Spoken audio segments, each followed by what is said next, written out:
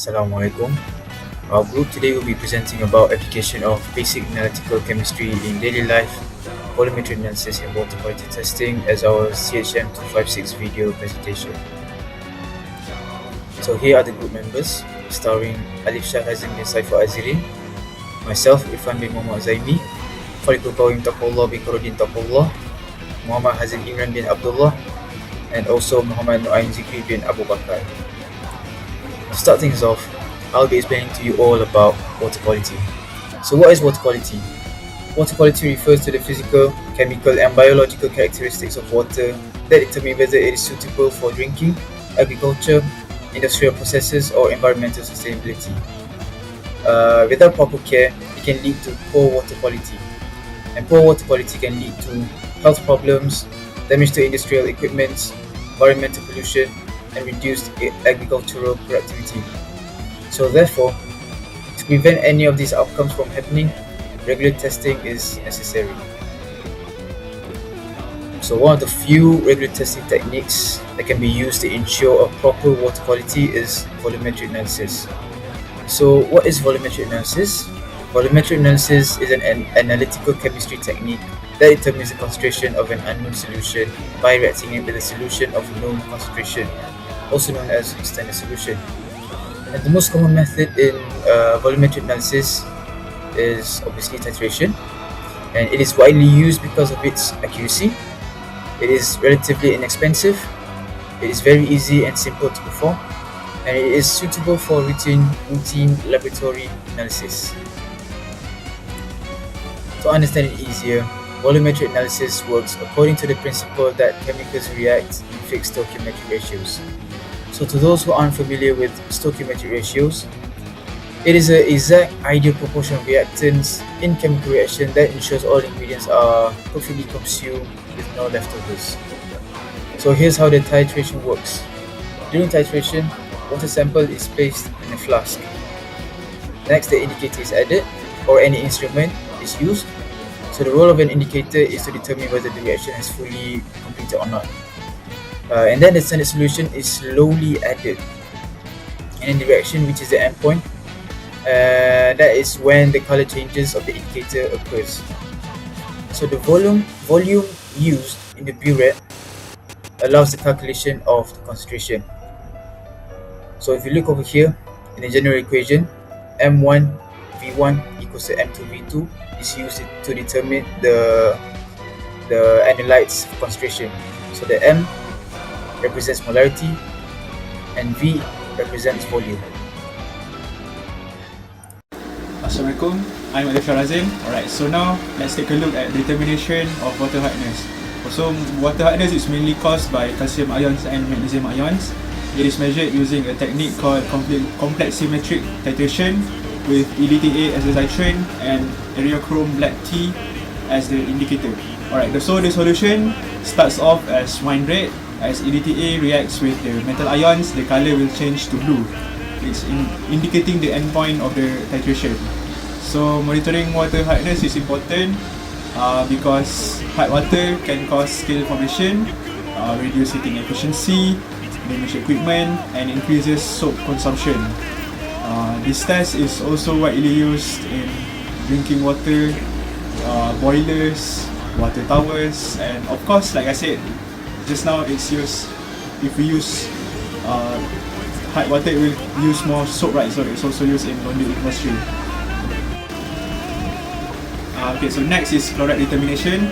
Alright, so chloride concentration is measured using argentometric titration, which of course uses silver nitrate as the titrant because it's argentum, and potassium chromate as the indicator. Alright, so silver ions react with chloride ions to form silver chloride, which is white.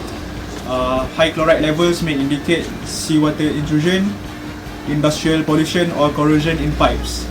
This test helps ensure water quality and protect water systems. Alright, so lastly is the alkalinity test to measure the ability of water to neutralize acids. It is performed using an acid-base titration with hydrochloric acid as the titrant and phenolphthalein as the indicator, or metal orange. Measuring alkalinity is important for drinking water treatment, swimming pools and industrial boilers because it helps maintain proper water chemistry and prevent corrosions. Together, these three tests are essential for ensuring water safe and suitable for everyday and industrial use. Assalamualaikum, I'm Zikri. Now on to dissolved oxygen. Dissolved oxygen, which measures the amount of oxygen dissolved in water. It is determined using the Winkler titration method.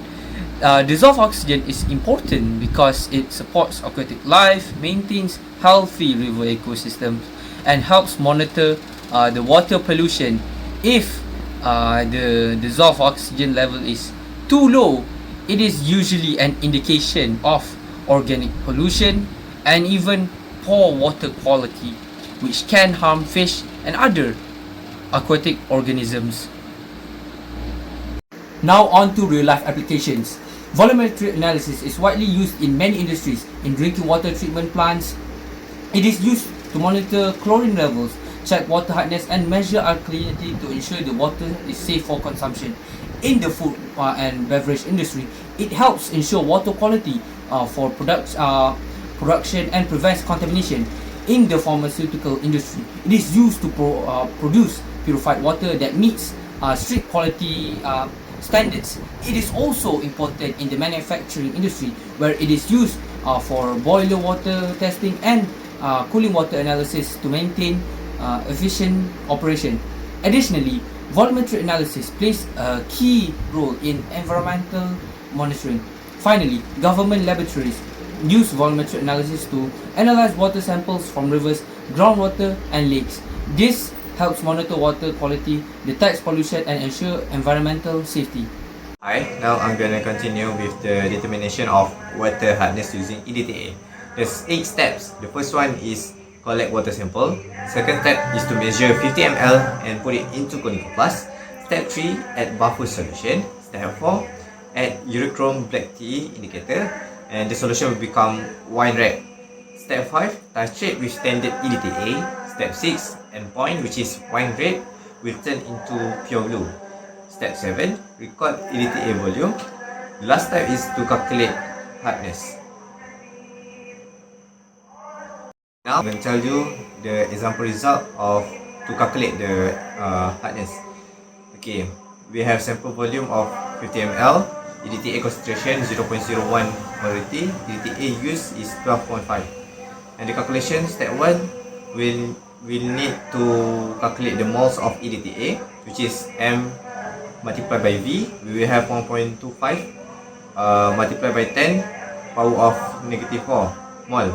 Then step 2, convert to CaCO3 equivalent, molecular weight CaCO3 multiplied by mass of CaCO3, we will get 0.01251 gram.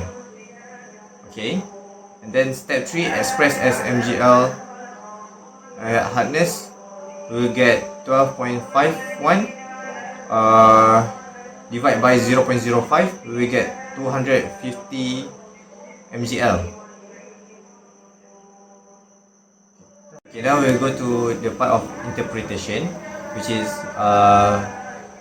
0 to 60 mgl is soft water, 61 to 120 is mgl is moderately hard, and 121 to 180 mgl is hard, and the last one is above 180 mgl is very hard. So therefore, the result that we got just now, 250 mgl, indicates very hard water. Possible implication, the first one is scale formation, the second one is higher soap consumption, and last one is industrial maintenance issues. So that's all from me. Thank you. I will explain the advantages and limitations of volumetric analysis in water quality testing. First, the advantages. Volumetric analysis has high accuracy when procedure is performed correctly. It is also low cost because it only requires simple laboratory equipment and standard solution. In addition, the method is easy to perform, provide reliable results, and is suitable for routine water quality analysis in many laboratories. However, there are some limitations. It requires careful endpoint detection during titration because even a small error can affect the final result. Human error may reduce the accuracy, and some titration methods require skilled operator. Furthermore, it is not suitable for measuring extremely low concentration without using advanced instruments. In conclusion, volumetric analysis plays an essential role in maintaining water quality for domestic, industrial, and environmental application. Using titration techniques such as EDTA, acid-base, argentometric, and Winker titration, important water quality parameters including hardness, chloride concentration, alkalinity, and dissolved oxygen can be accurately measured. This analysis helps ensure safe drinking water, protect aquatic ecosystem, improve industrial efficiency, and comply with environmental regulation. Although advanced instrumental methods are available today, volumetric analysis remains one of the most reliable, economical, and widely used techniques in analytical chemistry.